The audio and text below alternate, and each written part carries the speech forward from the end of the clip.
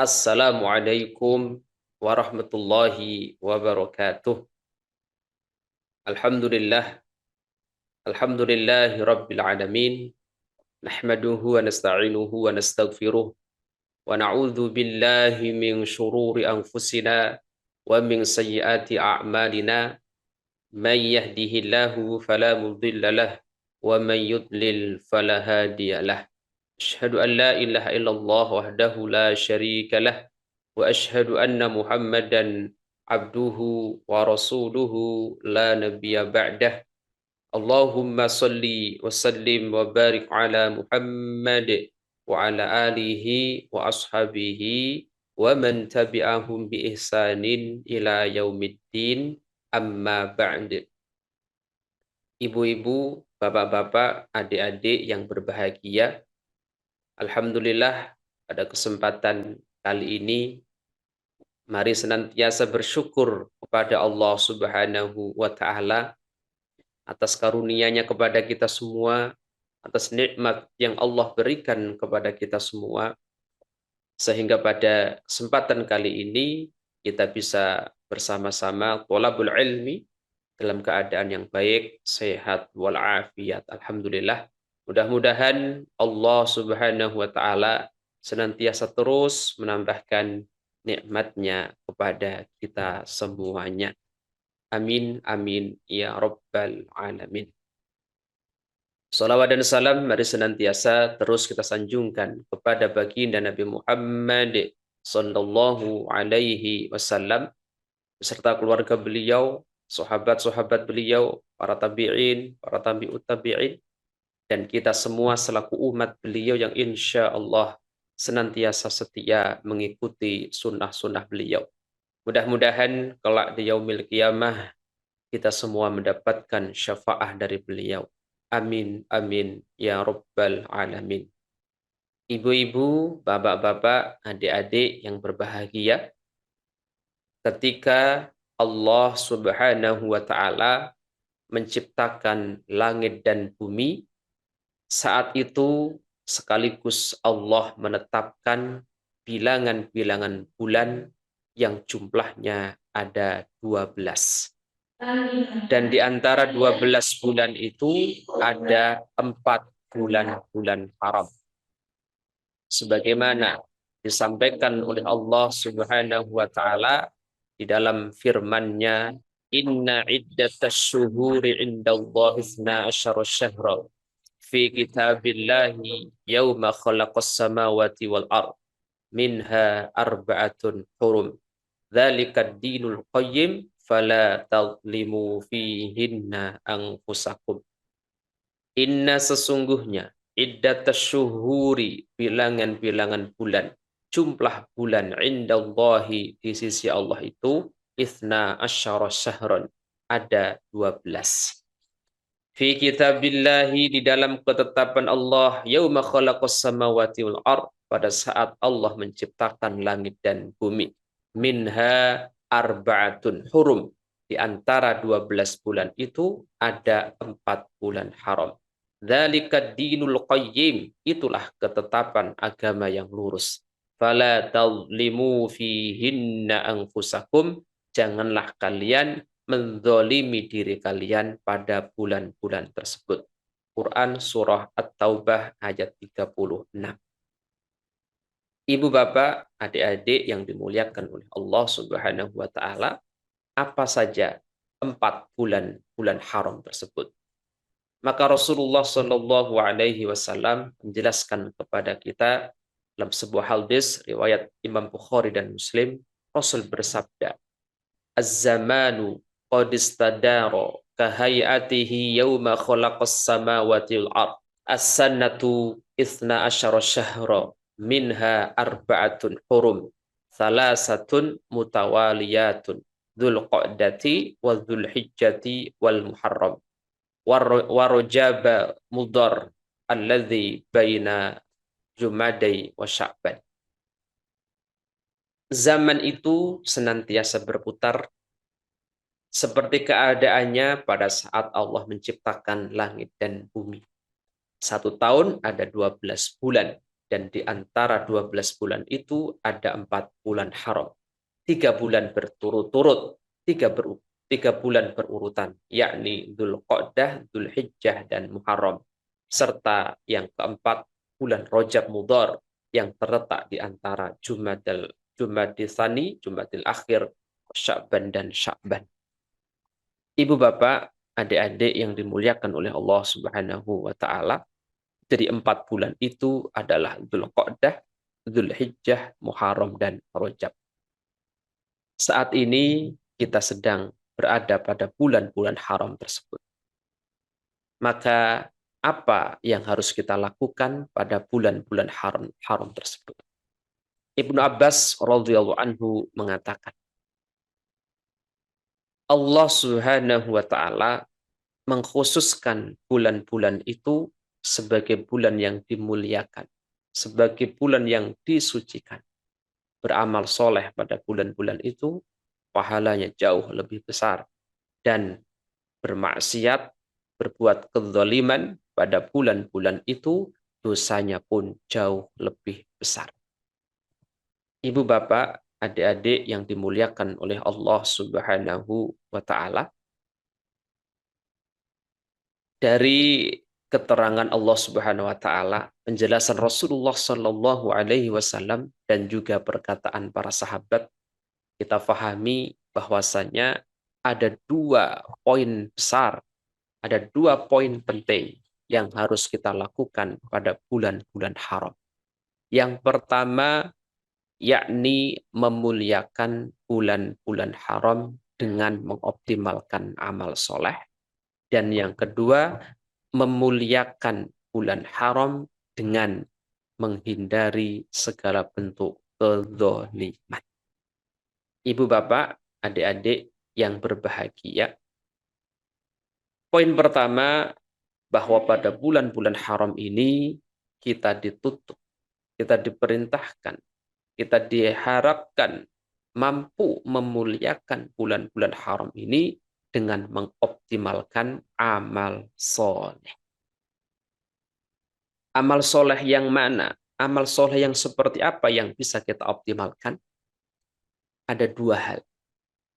Yang pertama, amal soleh yang berupa atau berbentuk amal dunia. Dan yang kedua, amal soleh yang berbentuk amal akhirat. Amal soleh yang berbentuk sebagai amal dunia, seperti makan, minum, tidur, bekerja, mandi, dan segala aktivitas dunia yang lainnya yang banyak sekali kita lakukan, harus kita optimalkan pada bulan-bulan haram ini. Bagaimana caranya? Yakni dengan mengubahnya, dengan menjadikannya amal dunia itu bisa bernilai akhirat. Dengan menjadikannya amal dunia itu bernilai akhirat.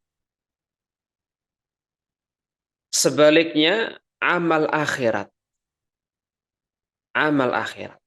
seperti puasa, sholat, zakat, tilawah Quran, zikir, dan sejenisnya,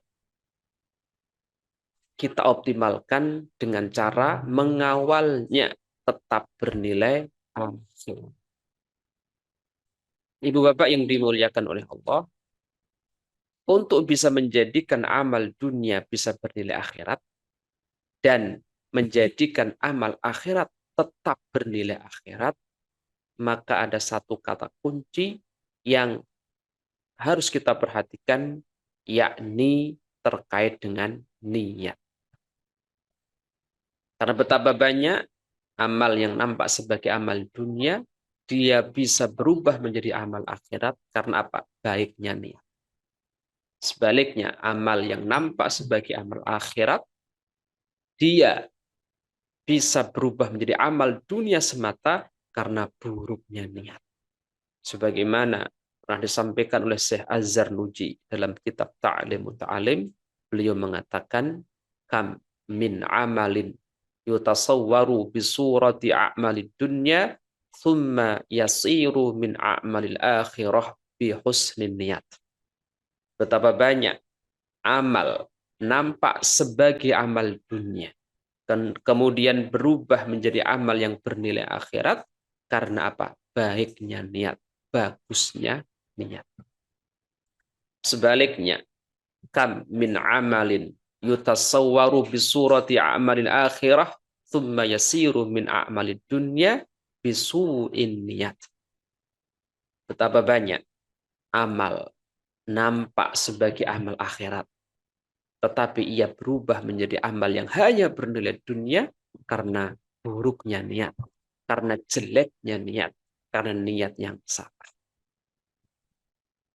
Ibu bapak, adik-adik yang berbahagia, maka sebagai bentuk optimalisasi amal dunia maupun amal akhirat adalah dengan memperbaiki niat ketika kita beramal soleh tersebut. Sehingga amal dunia ataupun amal akhirat semuanya bisa kita optimalkan pada bulan-bulan haram ini menjadi amal yang diridhai oleh Allah Subhanahu wa taala. Ibu, bapak, adik-adik yang berbahagia, pertanyaan selanjutnya adalah bagaimana caranya agar semua amal yang kita lakukan, baik amal dunia maupun amal akhirat, itu bisa ikhlas hanya karena Allah Subhanahu wa taala. Ada 3 hal yang mendasar untuk kita perhatikan. Yang pertama, ketika kita beramal, baik itu amal dunia maupun amal akhirat, harus kita yakini bahwa itu semua atas dasar perintah Allah Subhanahu wa taala. Semata-mata hanya atas perintah Allah Subhanahu wa taala. Kita sholat, kita puasa, kita tilawah Quran, kita zakat, kita infak, kita wakaf, haji, umroh, dan segala amal yang lainnya, termasuk amal dunia, ketika kita makan, ketika kita minum, kita tidur, kita bekerja, dan sejenisnya, semua itu atas dasar perintah Allah Subhanahu wa taala.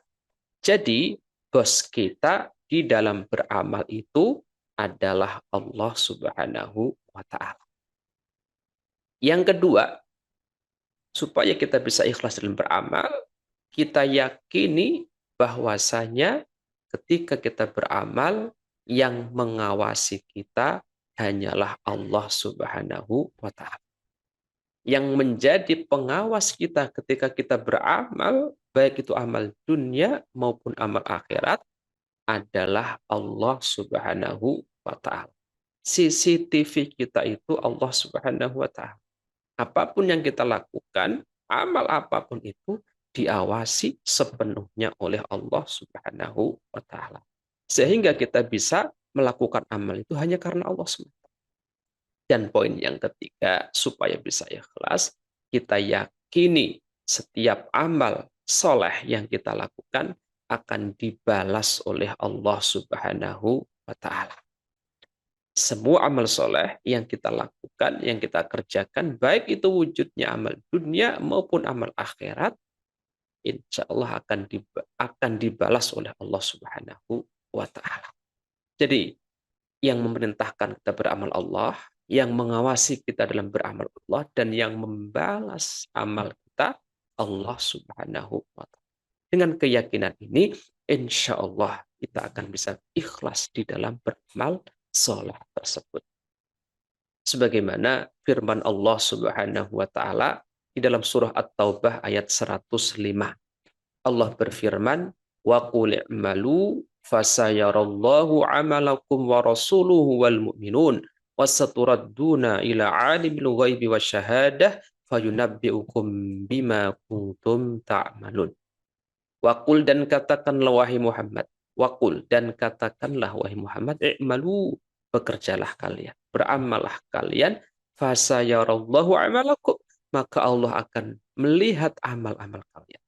Wa rasuluhu, dan rasulnya Rasulullah sallallahu alaihi wasallam juga akan menjadi saksi atas amal yang kita lakukan. Wal mukminun, dan orang-orang mukmin akan mengapresiasi amal-amal kita.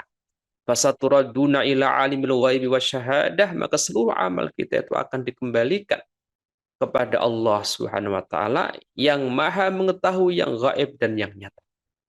Fayunabbi'ukum bima kuntum ta'malun, dan nanti Allah akan kabarkan kepada kita apa saja yang dulu kita kerjakan. Ibu, bapak, adik-adik yang dimuliakan oleh Allah Subhanahu wa taala, ayat ini adalah ayat yang menjadikan kita ketika beramal itu bisa ikhlas dengan 3 keyakinan tadi. Yang pertama, yakin bahwa setiap amal itu atas perintah Allah. Yang kedua, yakin bahwa Allah yang mengawasi amal kita, dan yakin bahwa Allah yang akan membalas segala amal yang kita lakukan. Ibu, bapak, adik-adik yang berbahagia, kaitannya dengan amal soleh terkait dengan perintah Allah Subhanahu wa taala dan juga larangan-larangan Allah Subhanahu wa taala pada bulan-bulan haram ini secara khusus tidak ada amalan-amalan khusus. Tidak ada secara khusus amalan-amalan spesial, amalan khusus. Hanya saja amal soleh apapun bentuknya pada bulan-bulan haram ini mari kita optimalkan. Untuk bisa mengoptimalkan antara perintah dan larangan Allah Subhanahu wa taala itu ada satu kesadaran dalam diri kita bahwa bahwa terkait dengan perintah Allah Subhanahu wa taala harus ada kesadaran pada diri kita bahwa apapun yang Allah perintahkan kepada kita itu pasti maslahat. Dan apapun yang Allah larang kepada kita pasti di dalamnya ada mafsadat, baik urusan dunia maupun urusan akhirat atau urusan dunia dan akhirat. Sebagaimana pernah disampaikan oleh Syekh Izzuddin bin Abdussalam dalam kitab Syajaratul Ma'arif. Beliau mengatakan, wa min lutfir rahman annahu lam ya'murna illa fihi maslahatun fid daraini au ihdahuma. Sebagian dari maha lembutnya Allah Ar-Rahman adalah bahwa Dia Allah tidak memerintahkan sesuatu apapun kepada kita kecuali pasti di dalamnya ada maslahat, ada kebaikan, baik urusan dunia maupun urusan akhirat atau dua-duanya, dunia dan akhirat. Sebaliknya, walam ya'mur walam yanha anhu illa amma fihi mafsadatun fid daraini au ihdahum. Tidaklah dia Allah melarang sesuatu. Tidaklah dia Allah melarang sesuatu kepada kita kecuali pasti di dalamnya ada mafsadat, ada kerusakan, baik urusan dunia maupun urusan akhirat atau dua-duanya, dunia dan akhirat. Maka dengan kesadaran ini, insya Allah, setiap ada perintah Allah Subhanahu wa taala melahirkan amal soleh. Setiap ada larangan Allah Subhanahu wa taala juga melahirkan apa? Amal soleh. Dengan kesadaran ini, maka apapun yang Allah perintahkan kepada kita akan kita respon dengan cepat. Karena apa? Kita sadar pasti masalah. Sebaliknya ketika Allah melarang sesuatu kepada kita dengan larangan apapun itu, maka kita akan meninggalkannya dengan penuh kesabaran karena kita yakin, sadar bahwa di dalamnya ada keburukan. Allah perintahkan kita sholat. Maka kita yakin ketika kita sholat pasti maslahat, pasti manfaat, pasti baik. Baik urusan dunia maupun urusan akhirat. Allah perintahkan kita puasa. Maka ketika kita melaksanakan puasa atas dasar perintah Allah, yakin bahwa di dalamnya ada kebaikan, maslahat. Baik urusan dunia maupun urusan akhirat atau dua-dua. Allah perintahkan kita membaca Al-Quran, tilawah Quran. Kita yakin pasti maslahat. Allah perintahkan kepada kita haji umrah, pasti maslahat. Allah perintahkan kepada kita berbuat baik kepada kedua orang tua, pasti maslahat. Allah perintahkan kita berkata yang baik kepada sesama manusia, pasti maslahat. Allah perintahkan kepada kita menghormati tetangga, memuliakan tamu, pasti maslahat. Dan sebaliknya, ketika Allah melarang sesuatu, pasti di dalam larangan itu ada mafsadat, ada keburukan. Kita harus meninggalkan. Allah larang mencuri. Kenapa? Pasti di dalam mencuri ada mafsadat, ada keburukan. Allah larang berzina. Pasti di dalam berzina ada mafsadah, ada keburukan, ada kejelekan. Allah larang korupsi. Pasti di dalam korupsi ada keburukan. Allah larang minum khamr, minum minuman keras, narkoba, dan sejenisnya. Pasti di dalamnya ada mafsadat, keburukan. Allah larang riba, pasti mafsadat, ada keburukan. Allah larang Allah larang syirik, kesyirikan, pasti di dalamnya ada. Itu harus jadi dasar kesadaran kita, sehingga ketika ada perintah kita respon dengan cepat, ketika ada larangan kita tinggalkan dengan segera. Ibu, bapak, adik-adik yang berbahagia. Maka dengan memahami dua hal ini, itulah inti takwa sebenarnya. Sehingga pada bulan-bulan haram ini, semakin kita bisa mengoptimalkan melakukan amal soleh yang Allah perintahkan. Baik itu urusan dunia maupun urusan akhir. Ibu, bapak, adik-adik yang berbahagia. Yang kedua, di poin kedua yang harus kita lakukan pada bulan-bulan haram ini adalah memuliakan bulan haram dengan meninggalkan segala bentuk kezaliman. Poin kedua, pada bulan haram ini yang harus kita lakukan adalah memuliakan bulan-bulan haram dengan cara menghindari segala bentuk kezaliman. Atau dengan kata lain, menghindari segala bentuk larangan-larangan Allah Subhanahu. Kezaliman, apapun bentuknya, itu buruk. Kezaliman, apapun wujudnya, kepada siapapun ditujukan, itu jelek. Pasti mafsadat, ada kerusakan. Maka Allah Subhanahu wa taala melarang keras kita berbuat kezaliman. Maka secara tegas Allah mengatakan, "Fala tadlimu fihinna anfusakum." Janganlah kalian berbuat kezaliman. Janganlah kalian menzalimi diri kalian pada bulan-bulan haram tersebut. Quran surah At-Taubah ayat 30. Allah tegas mengatakan, jangan kalian menzalimi diri kalian pada bulan-bulan haram tersebut. Kenapa? Karena kezaliman itu akan menjadi kegelapan pada hari kiamat. Sebagaimana disampaikan oleh Rasulullah Shallallahu Alaihi Wasallam, "Az-zulmu dzulumatun yaumal qiyamah." Rawahu Bukhari Muslim. Az-zulmu, kezaliman itu, dzulumatun adalah kegelapan, yaumal qiyamah pada hari kiamat.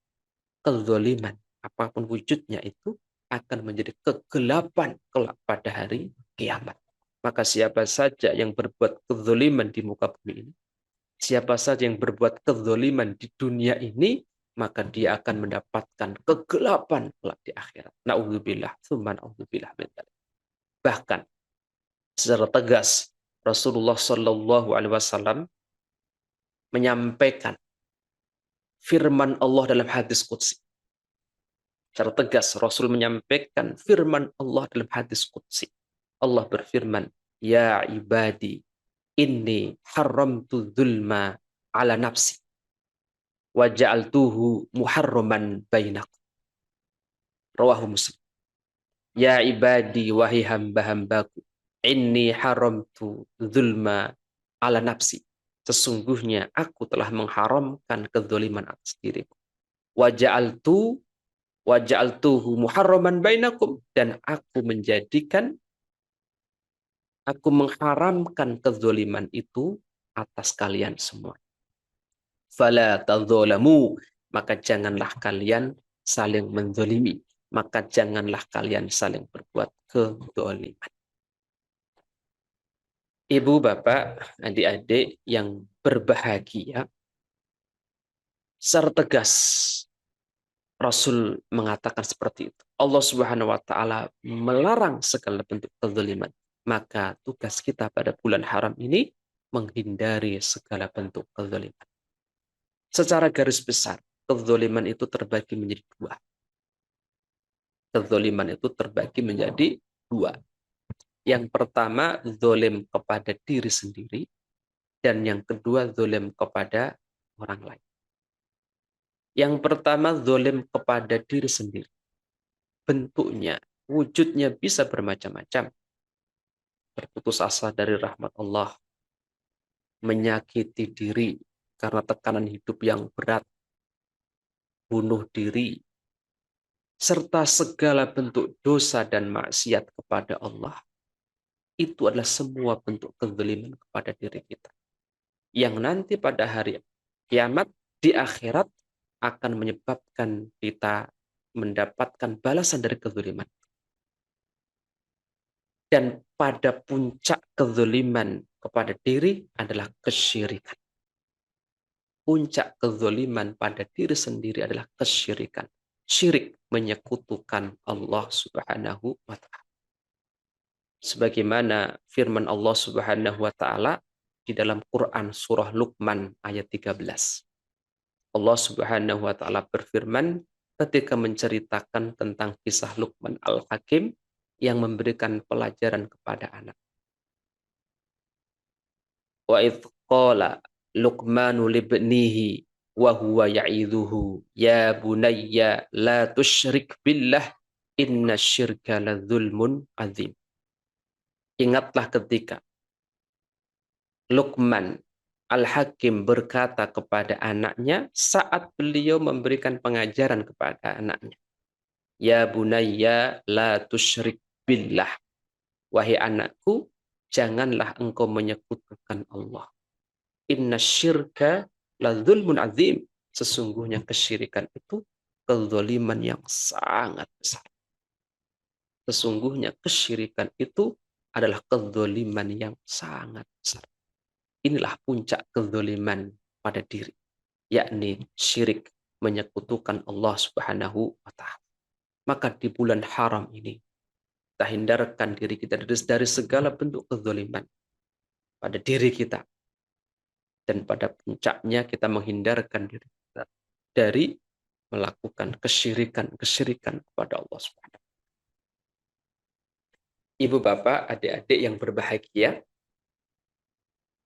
Yang kedua adalah kezaliman kepada orang lain. Kezaliman kepada makhluk lain. Kezaliman kepada makhluk Allah yang lain, khususnya kepada manusia yang lain.